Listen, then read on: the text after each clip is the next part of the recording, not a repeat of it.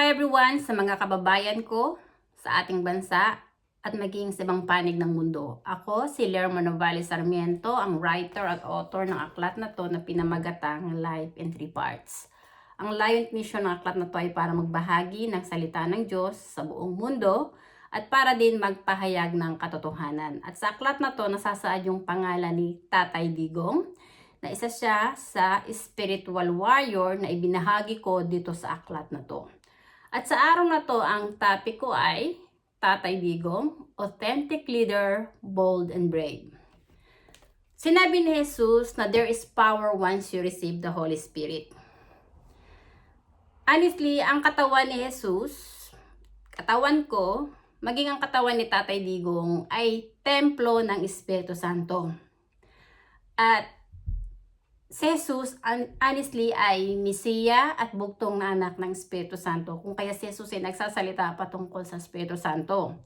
Ang katawan ni Jesus ay templo ng Espiritu Santo at ang Espiritu Santo na nananahan sa katawan ni Jesus ay ang Diyos Ama na nagsugo kay Jesus. At bilang isang mananampalataya na naging kaisa ni Jesus, na ang kinikilala lang na Diyos at Amang Espiritual, ay ang Espiritu Santo na nananahan sa aking katawan. Ipinahayag ko sa aklat na to na ang Espiritu Santo lang ang dapat kilalanin ng mga tao sa ating katawan na siyang ating Diyos at Amang Espiritual. At siyang dapat lang nating sambahin para maging kaisa tayo ni Jesus sa totoong iglesia ng Diyos. Si Tatay Digong, honestly, may karakter siya ng puso ng isang agila. Yung kanyang pagkatao, hindi mo siya pwedeng manipulahin at diktahan.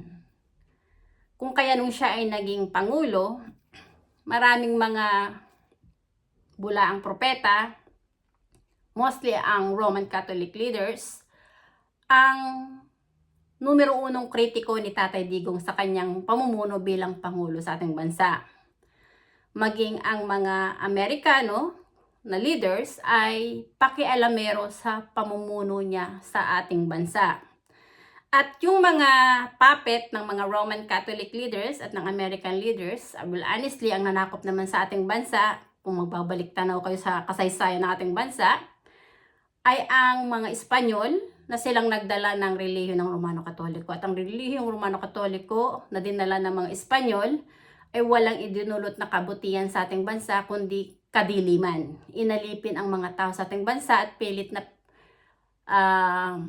sumamba sa mga rebolto, santo-santo at Diyos-Diyosan. Which is, hindi yan ikinalulugod ng Espiritu Santo na siyang Diyos na nananahan sa ating katawan, na siyang Diyos na makapangyarihan na may pag-aari ng ating buhay. Kalapastanganan sa Espiritu Santo na sumamba ka sa mga rebolto, santo-santuhan at Diyos-Diyosan. Dahil ang may pag-aari ng ating buhay, ang Espiritu Santo lang nananahan sa ating katawan. Kaya sinabi ni Jesus na ang kasalanan na walang kapatawaran ay kapag nilapastangan mo ang Espiritu Santo. At ang mga Amerikano, honestly, sinakop din nila tayo, ang ating bansa, nung naglaban ang Espanya at ang Amerika. Napagkasunduan sa Paris na ang Amerika ang maghahari sa ating bansa kung kaya ipinagbenta ng mga Espanyol ang ating lupa, ang ating bansa sa mga Amerikano kung kaya tayo sinakop din ng mga Amerikano. At sa pamumuno ni Tatay Digong, ang mga Roman Catholic leaders at American leaders ang numero unong pakialamero sa kanyang pamumuno bilang Pangulo. Kaya nung Pangulo si Tatay Digong, minumura niya ang mga pare at ang mga Amerikano dahil alam ni Tatay Digong na mga ipokrito ang mga ito. Kaya yung mga pare, sinabihan din ni Tatay Digong nung siya'y Pangulo, na siyang namumuno sa ating bansa, sinabi niya na ang Diyos ng mga pare ay stupid at walang common sense. Dahil ang mga Diyos ng mga pare ay mas pumapanig sa mga kriminal, na pinoprotektahan ang mga kriminal. At walang baho na hindi naaamoy. Honestly, ang relihiyong Romano Katoliko na dinala ni Ferdinand Magellan ay hindi umaayon sa Espiritu Santo. Ng Espiritu Santo ang sinasamba, kundi Ang relihiyong Romano-Katoliko na dinala ni Ferdinand Magellan ay kulto mismo ng demonyong si Satanas para linlangin ang mga tao na sumamba sa mga rebulto, santo-santo at Diyos-Diyosan. Honestly, narito na tayo sa huling panahon. Ang labanan dito sa ating mundo ay hindi laban sa laman at tugo, kundi laban sa espiritong masasama na silang mga kampo ng kadiliman. Itong mga Amerikano sa pamumuno ni Tatay Digong, pakialamero din. Kaya sinabihan ni Tatay Digong yung mga nag-i-interview noon sa kanya ng mga Amerikano na stop being hypocrites and we don't have problem. Kasi nga, sa bansang Amerika, yung kanilang mga kaguluhan sa kanilang bansa, hindi nila nagagawa ng kasagutan para magkaroon ng kapayapaan sa kanilang bansa. Pero yung ating bansa na gusto ni Tatay Digong na maging maayos at mapayapa, na tanggalin yung mga droga na silang ginagawang zombie yung mga tao para wasakin mismo sarili nilang pamilya, ay pinakikialaman ng mga Roman Catholic leaders at ng mga American leaders, which is hindi yan nagustuhan ni Tatay Digong nung siya ay pangulo pa. At yung mga demonya, yung mga puppet ng mga Roman Catholic leaders at American leaders na sina Loida Nicholas Lewis, yang sina Maria Ressa, Leni Robredo, ang pinaka-presidente ng ABS-CBN, na silang mga nagkampi-kampi, nagtulong-tulong para wasakin ang pangalan ni Tatay Digong. Pero magpasa hanggang ngayon, kahit hindi na siya pangulo, mabango pa rin ang pangalan ni Tatay Digong sa social media at pilit pa rin siyang ginagawa ng mga gossip ng kasinungalingan. Yung mga kwento na intriga para intrigahin si Tatay Digong at siraan ng mga taong ito. Well, honestly, bawat katawan nating mga tao ay templo ng Espiritu Santo. Ang Espiritu Santo ay ang Diyos ng katotohanan, Espiritu ng katotohanan, ay siya ring Diyos ng katarungan at Diyos ng hustisya. So, walang sino mang tao ang nakahihigit sa Espiritu Santo na siyang Diyos na lumikha sa atin. Tayong mga tao ay pantay-pantay lamang. At alam ng Espiritu Santo kung sino yung kanyang mga tupa na naglalakbay sa Espiritu at katotohanan na may pagkapahalaga sa buhay espiritual ng kanyang kapwa. Honestly, na si Tatay Digong ay presidente sa ating bansa, yung mga human rights ay numero uno ding kritiko ni Tatay Digong. Sinabi ni Tatay Digong sa mga human rights na chairman na yours is human rights, mine is human lives.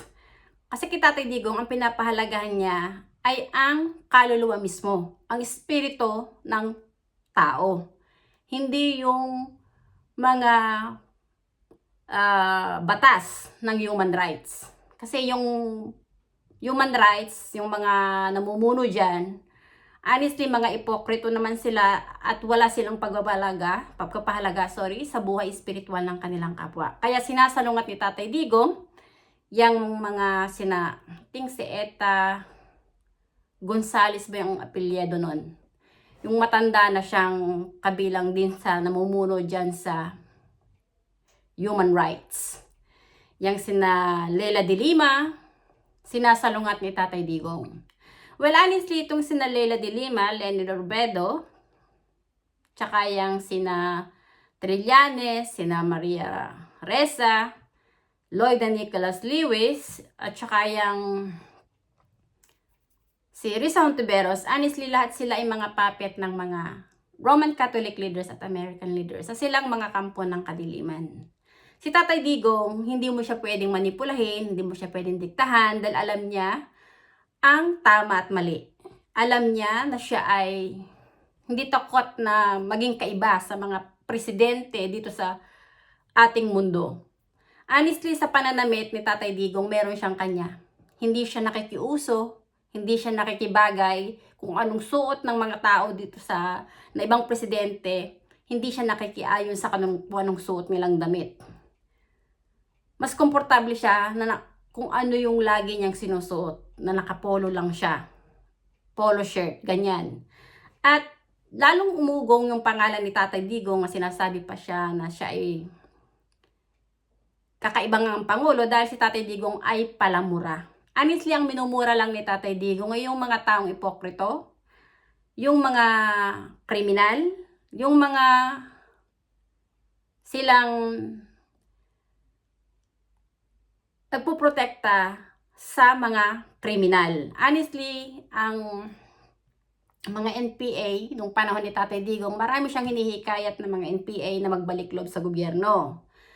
At honestly, yung si Ka Eric, siya yung naglalabas din ng baho ng mga NPA na ang mga nagsusuporta sa mga NPA ay mismong mga madre at mga pare. Ang mga madre at mga pare, honestly, hindi yan sugo ng Diyos. Hindi yan naging kaisa ni Jesus na ang Espiritu Santo ang kinikilalang amang espiritual at Diyos. Ang mga pare, bagkos ay inidolo nila ang kanilang sarili na tawagin silang Father na siyang amang espiritual. Pero honestly, ang mga pare ay hindi naging kaisa ni Jesus na sugo ng Espiritu Santo. Ang mga pare ay mga bulaang propeta na nangahas mangaral ng salita ng Diyos na hindi nila tinanggap ang Espiritu Santo kay Jesus at hindi rin sila pinahintulutan ng Espiritu Santo. Kaya ang mga katuruan dyan sa Roman Catholic na relihiyon ay sumasalungat sa mga katuruan ni Jesus.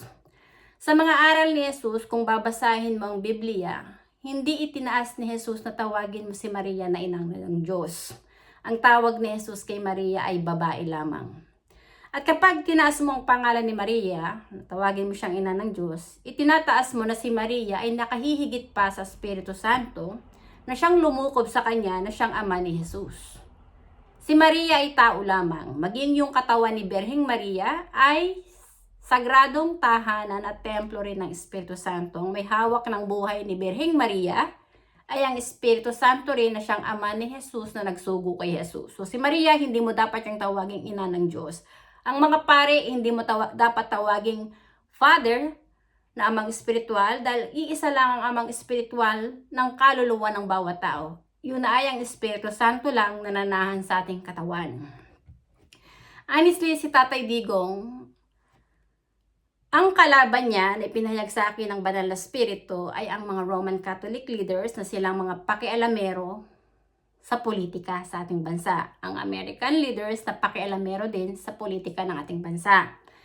Yang si Leni Robredo, yang sina Lloyd and Nicholas Lewis, yung presidente dyan na siyang may pag-aari ng ABS-CBN. Lahat sila ay mga puppet ng mga Roman Catholic leaders at American leaders. So sila yung mga naging kaisa ng mga kampo ng kadiliman na nanakop sa ating bansa. At si Tatay Digong, siya naman yung pinili ng Espiritu Santo na pinahayag ko dito sa aklat na to, na siyang magiging liwanag din sa ating bansa. Na siyang magpoprotekta sa mga inosente at siyang kakalaban sa mga kampo ng kadiliman. Honestly, narito na tayo sa huling panahon at kaya ko nasabi na si Tatay Digong ay authentic leader, bold and brave dahil wala siyang sinasanto na sino mang impostor at ipokrito para sundin. Si Tatay Digong hindi siya yung klase ng tao na ipiplis ka niya.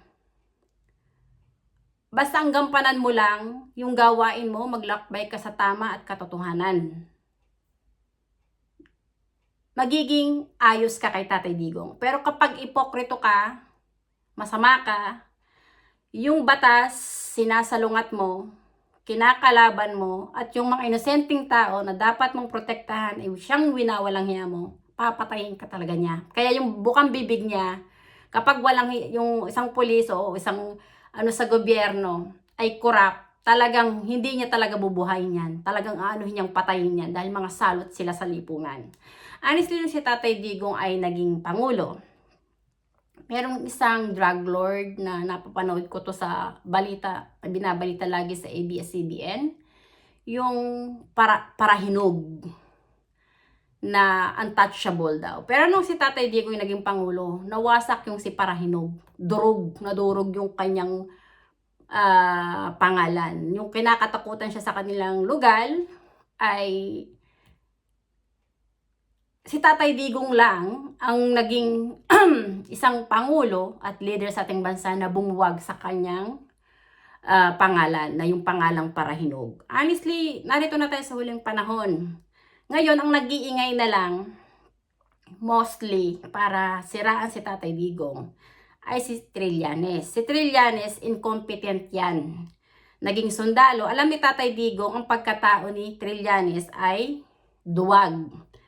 Alam ni Tatay Digong na pulis na pulpol yang o sundalong pulpol yang si Trillanes. Duwag yan at tanga yan.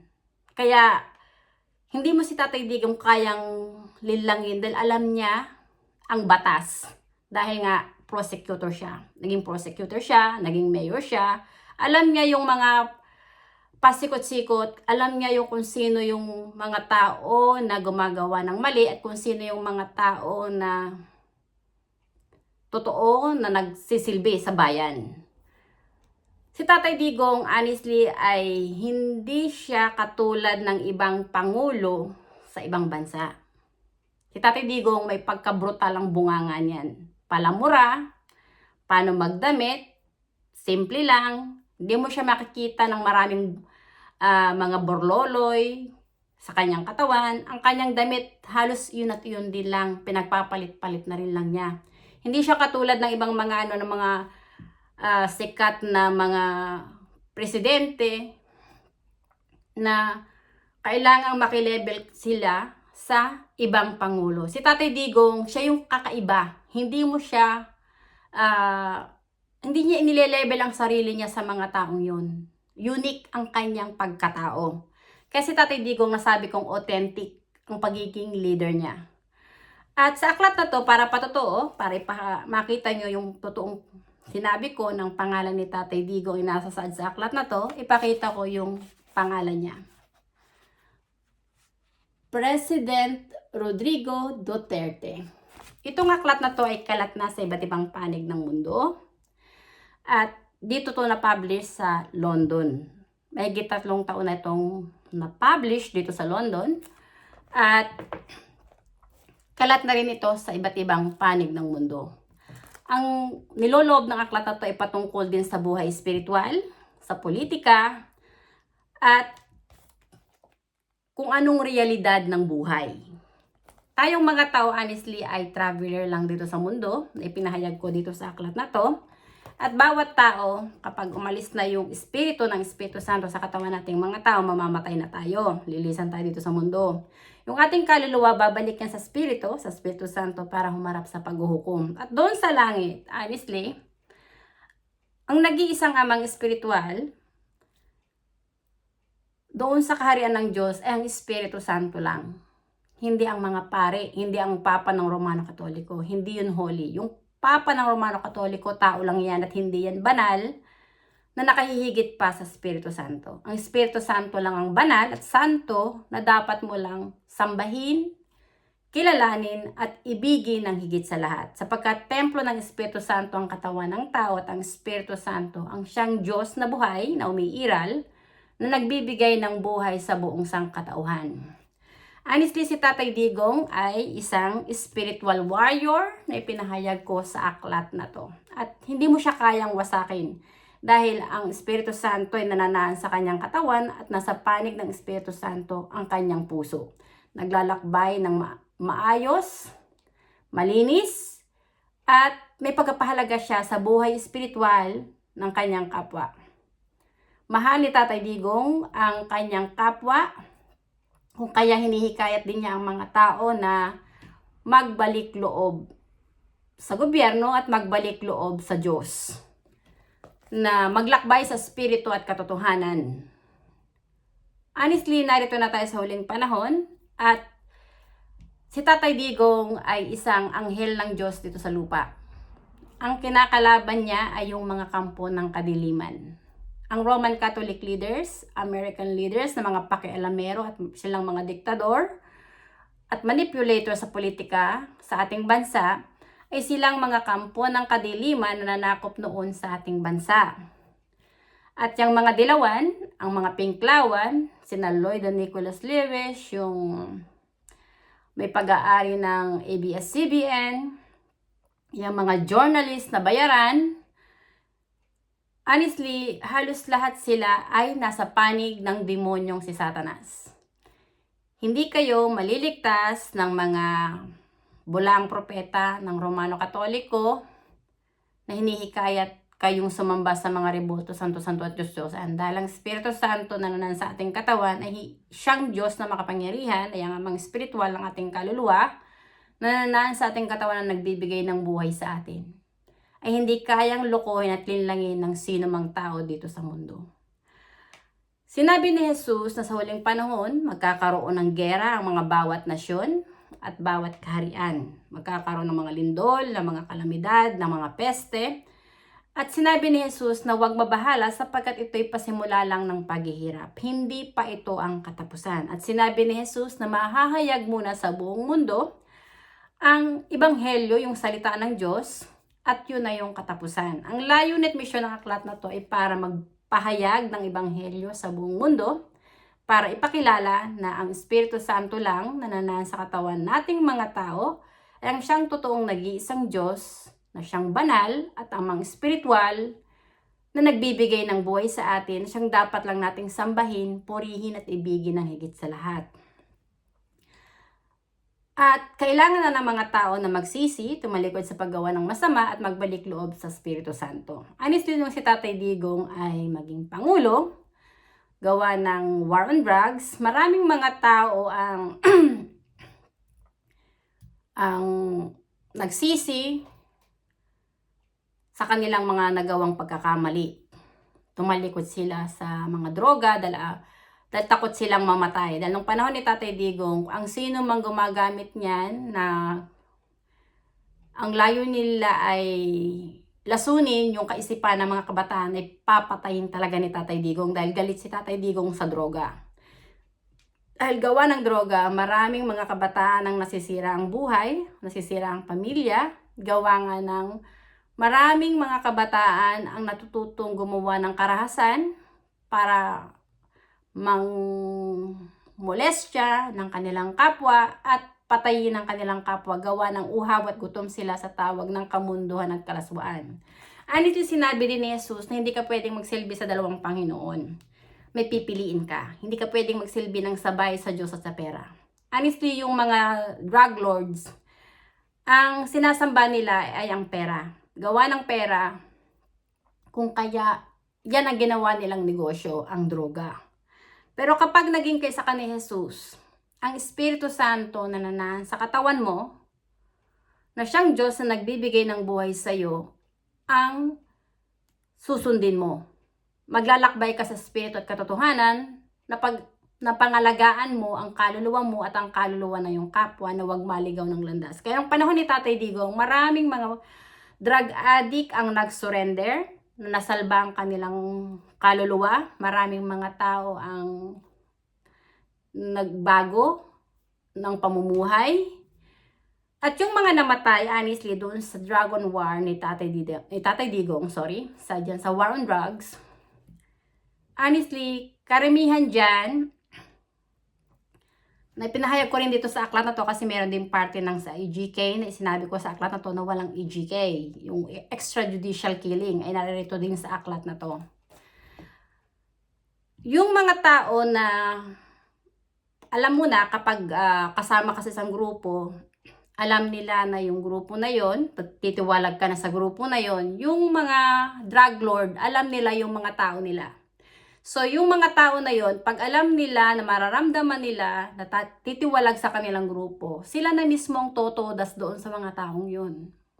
Hindi si Tatay Digong, hindi ang mga pulis.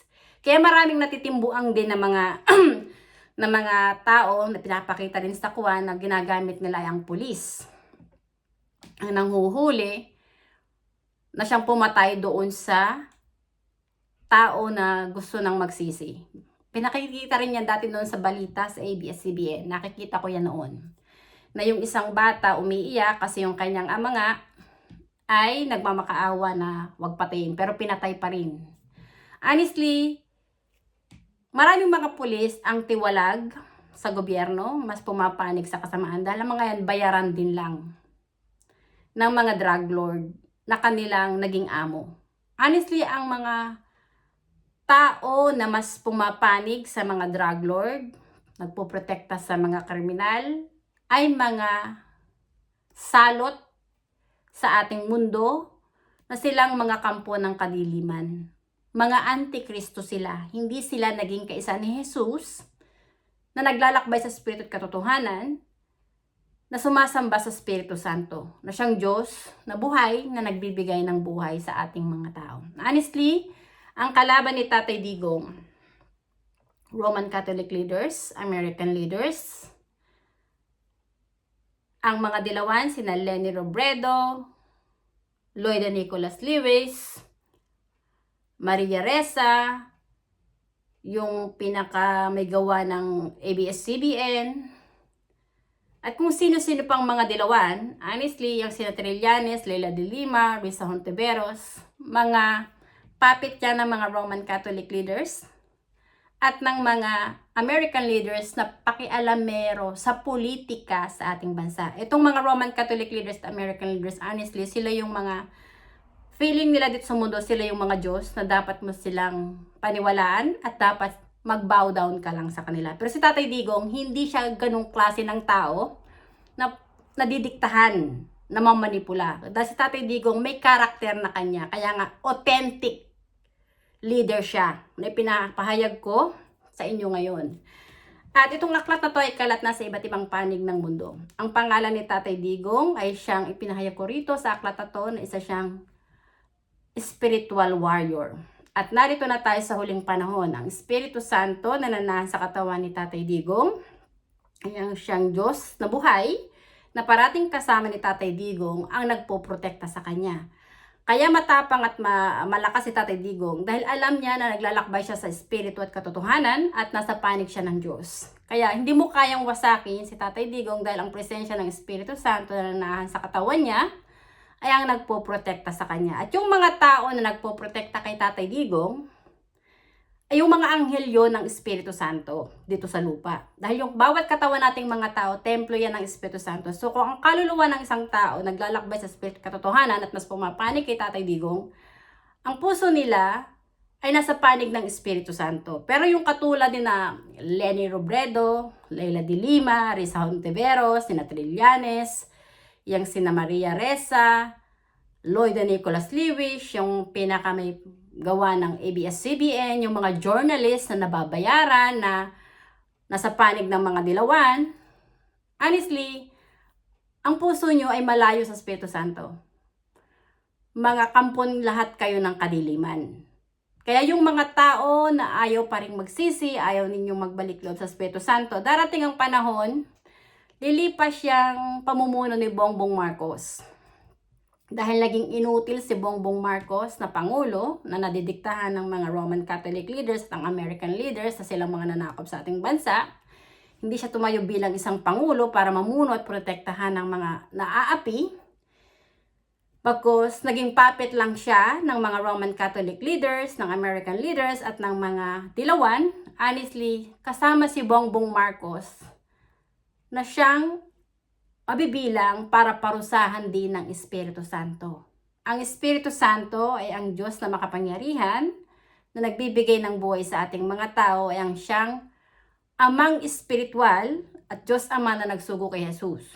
Ay ang siya ring amang espiritual na nagbibigay ng buhay kay Tatay Digong, na nagbibigay ng katapangan at kalakasan at kumpiyansa. Kung bakit ganyan ang pagkatao ni Tatay Digong ay dahil totoo siyang tao na may pag-ibig sa spirito at katotohanan at may pagpapahalaga sa buhay espiritual ng kanyang kapwa. Si Tatay Digong ay isang hero na ipinahayag ko rin sa aklat na to. Siya yung isang pangulo na may kababaang loob, na may pagmamahal sa mga taong inaapi, at protector siya ng mga taong inaapi. Pero yung mga taong kumakalaban sa kanya, yung mga kriminal, yung mga drugista, yung mga drug lord, yung mga dilawan, mga Roman Catholic leaders, mga American leaders na silang terorista, na nagdala ng kaguluhan sa ating bansa dahil sinakop naman tayo ng mga Espanyol gawa ng Roman Catholic na relihiyon at ng mga Amerikano na nanakop din sa ating bansa. Ito yung katotohanan. Ang Espiritu Santo na nanahan sa ating katawan ay ang siyang totoong nag-iisang amang espiritual at Diyos ang nagbibigay ng buhay sa ating mga tao. At walang sino mang tao, walang pare, walang papa ng Romano Katoliko, walang American leaders, yung sina Leila de Lima, Lene Robredo, Trillanes, lahat ng dilawan.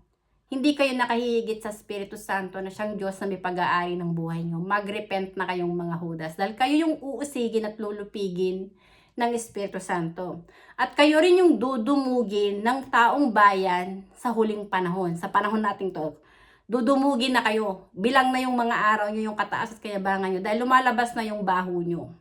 Now, kayo yung mga leader dito sa mundo na silang mga salot at kampo ng kadiliman na naghahasik ng kaguluhan sa lipunan at sa ating bansa. Yung mga Roman Catholic leaders, sinasabi ko sa inyo, tanggalin nyo na yung inyong mga abito dahil darating ang panahon, dudurugin na yung simbahan ng Romano Katoliko. Hindi nalulugod ang Espiritu Santo na sumamba sa mga rebulto, santo-santuhan ang mga tao. Ang Espiritu Santo na nanahan sa ating katawan ay ang nag-iisang Diyos at amang espiritual ang dapat mo lang sambahin.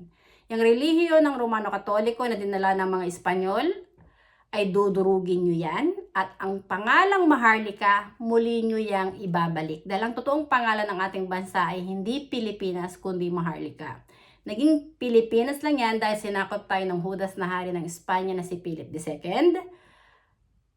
At dahil kay Philip II, binura nila yung pangalang Maharlika at pinalitan nila ng pangalang Pilipinas na sinunod sa pangalan niya. Yan yung katotohanan. Ang layunin ko ay magpahayag ng ebanghelyo ng salita ng Diyos para ipahayag ang katotohanan na templo ng Espiritu Santo ang katawan ng bawat tao at ang Espiritu Santo na nanahan sa ating katawan ay ang totoong nag-iisang amang espiritual at Diyos na may pag-aari ng ating katawan at kaluluwa ay naririto sa ating mundo.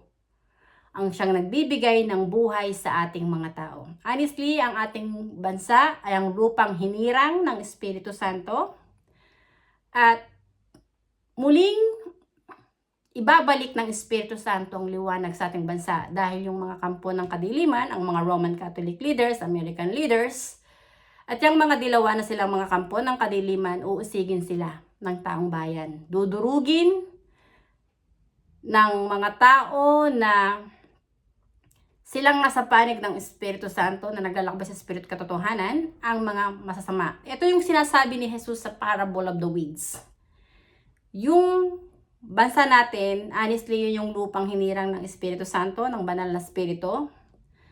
Puros kabutihan noon ang naroroon sa ating bansa.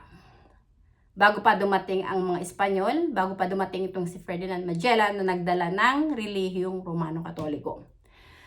At gawa ng relihiyong Romano Katoliko, namuhay sa kadiliman ang ating bansa, pinura ang pangalang Maharlika. Honestly, ang may pag-aari ng ating mundo, ng ating buhay, ay ang Espiritu Santo lang. Hindi ang mga pari ng Roman Catholic leaders. Ang mga Roman Catholic leaders ay mga bulaang propeta, mga kampo ng kadiliman na nagmamataas at nagmamayabang sa Espiritu Santo. Hindi nyo sila dapat iduluhin at tawaging Father dahil iisa lang ang amang spiritual at Father ng inyong kaluluwa. Ang Espiritu Santo lang na nananahan sa ating katawan. Si Tatay Digong ay isang magiting na pangulo, magiting na leader na hindi siya mamaninipula ng sino mang ipokrito na leader na nanakop sa ating bansa na silang mga kampo ng kadiliman. Si Tatay Digong ay tatayo bilang siya, bilang isang totoong mandirigmang espiritual na naging kaisa ni Jesus na naglalakbay sa spirito at katotohanan. Maraming salamat sa inyong pakikinig at hanggang sa muli. Bye! Thank you!